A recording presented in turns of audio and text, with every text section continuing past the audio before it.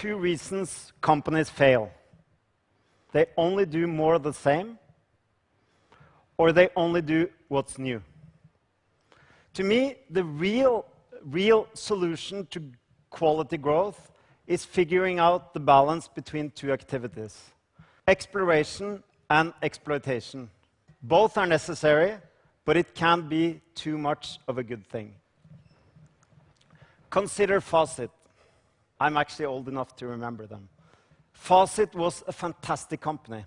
They were born deep in the Swedish forest, and they made the best mechanical calculators in the world. Everybody used them. And what did Fawcett do when the electronic calculator came along? They continued doing exactly the same. In 6 months, they went from maximum revenue, and they were gone. Gone.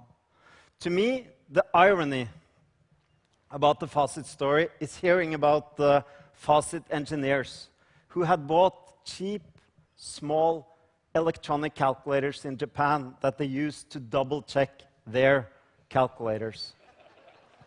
Fawcett did too much exploitation. But exploration can go wild too. A few years back, I worked closely alongside a European biotech company. Let's call them Oncosearch. The company was brilliant. They had applications that promised to diagnose, even cure, certain forms of blood cancer. Every day was about creating something new. They were extremely innovative. And the mantra was, when we only get it right, or even, we want it perfect. The sad thing is, before they became perfect, even good enough, they became obsolete. Oncosearch did too much exploration. I first heard about exploration and exploitation about 15 years ago when I worked as a visiting scholar at Stanford University. And the founder of the ideas is Jim March. And to me, the power of the ideas is its practicality. Exploration. Exploration is about coming up with what's new. It's about search, it's about discovery. It's about new products, it's about new innovations. It's about changing our frontiers. Our heroes are people who have done exploration. Madame Curie, Picasso, Neil Armstrong, Sir Edmund Hillary, etc. I come from Norway. All our heroes are explorers, and they deserve to be. We all know that exploration is risky. We don't know the answers. We don't know if we're going to find it, and we know that the risks are high. Exploitation is the opposite. Exploitation is taking the knowledge we have and making good better. Exploitation is about making our trains run on time. It's about making good products faster and cheaper. Exploitation is not risky in the short term, but if we only exploit, it's very risky in the long term. And I think we all have memories of the famous pop groups who keep singing the same songs again and again until they become obsolete or even pathetic. That's the risk of exploitation. So if we take a long-term perspective, we explore. If we take a short-term perspective, we exploit. Small children, they explore all day. All day is about exploration. As we grow older, we explore less because we have more knowledge to exploit on. The same goes for companies. Companies become, by nature, less innovative as they become more competent. And this is, of course, a big worry to CEOs. And I hear very often questions phrased in different ways. For example, how can I both effectively run and reinvent my company? Or how can I make sure that our company changes before we become obsolete or are hit by a crisis? So doing one well is difficult. Doing both well at the same time is art, pushing both exploration and exploitation. So one thing we've found is that only about 2% of companies are able to effectively explore and exploit at the same time, in parallel. But when they do, the payoffs are huge. So we have lots of great examples. We have Nestlé creating Nespresso. We have Lego going into animated films, Toyota creating the hybrids, Unilever pushing into sustainability. There are lots of examples, and the benefits are huge. Why is balancing so difficult? I think it's difficult because there are so many traps that keep us where we are. So I'll talk about two, but there are many. So let's talk about the perpetual search trap. We discover something, but we don't have the patience or the persistence to get at it and make it work. So instead of staying with it, we create something new.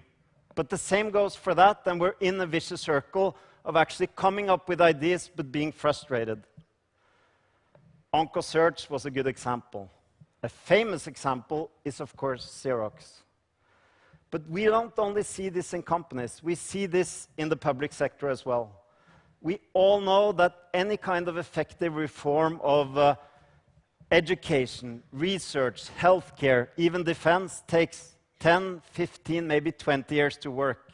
But still, we change much more often. We really don't give them the chance. Another trap is the success trap. Fawcett fell into the success trap. They literally held the future in their hands, but they couldn't see it. They were simply so good at making what they loved doing that they wouldn't change. We are like that too. When we know something well, it's difficult to change.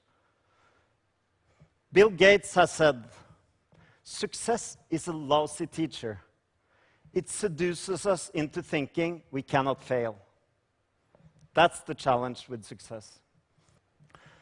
So I think there are some lessons, and I think they apply to us, and they apply to our companies. So the first lesson is get ahead of the crisis. And any company that's able to innovate is actually able to also buy an insurance in the future. Netflix, they could so easily have been content with earlier generations of distribution, but they always, and I think they will always keep pushing for the next battle. I see other companies who say, I'll win the next innovation cycle, whatever it takes. Second one, think in multiple time scales. I'll share a chart with you, and I think it's a wonderful one. Any company we look at, taking a one-year perspective and looking at the valuation of the company, innovation typically accounts for only about 30%. So when we think 1 year, innovation isn't really that important. Move ahead, take 10-year perspective on the same company, suddenly innovation and the ability to renew accounts for 70%. But companies can't choose. They need to fund the journey and live the long term. Third, invite challenge. I don't think it's possible for any of us to be able to balance exploration and exploitation by ourselves. I think it's a team sport. I think we need to allow challenging. I think the mark of a great company is being open to be challenged, and the mark of a good corporate board is to constructively challenge. I think that's also what good parenting is about. Last one, be skeptical of success. Maybe it's useful to think back at the old triumph marches in Rome, when the generals, after a big victory, were given their celebration. Riding into Rome on the carriage, they always had a companion, whispering in their ear, "Remember, you're only human." So I hope I've made the point. Balancing exploration and exploitation has a huge payoff, but it's difficult and we need to be conscious. I want to just point out two questions that I think are useful. First question is, looking at your own company, in which areas do you see that the company is at the risk of falling into success traps, of just going on autopilot? And what can you do to challenge? Second question is, when did I explore something new last? And what kind of effect did it have on me? Is that something I should do more of? In my case, yes. So let me leave you with this. Whether you're an explorer by nature, or whether you tend to exploit what you already know, don't forget the beauty is in the balance. Thank you.